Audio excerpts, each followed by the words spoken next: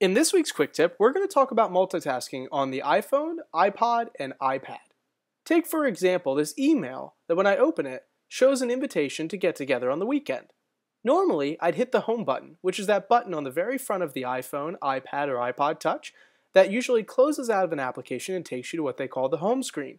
Well, a quicker way of doing the same thing is to press that button twice, which brings up the application switcher. This shows you all the apps that you've used recently, and you can swipe going from right to left to see all the applications you currently have running. For example, when I tap on Calendar, it jumps right into the calendar without me ever having to go back to the home screen. Double tap on the home button again, and I can jump right back into Mail. From here, I can simply reply and let them know I'm available this weekend.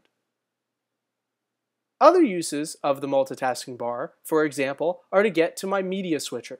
When I'm on the app switcher and swipe going from the left to right, it brings up other options, such as the mute button for my volume, the brightness slider so I can raise or lower the brightness on the iPad, as well as my media controls.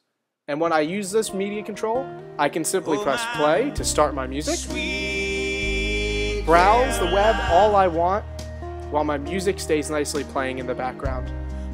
Double press the home button again to bring up the app switcher, and hit pause to stop my music when I want to.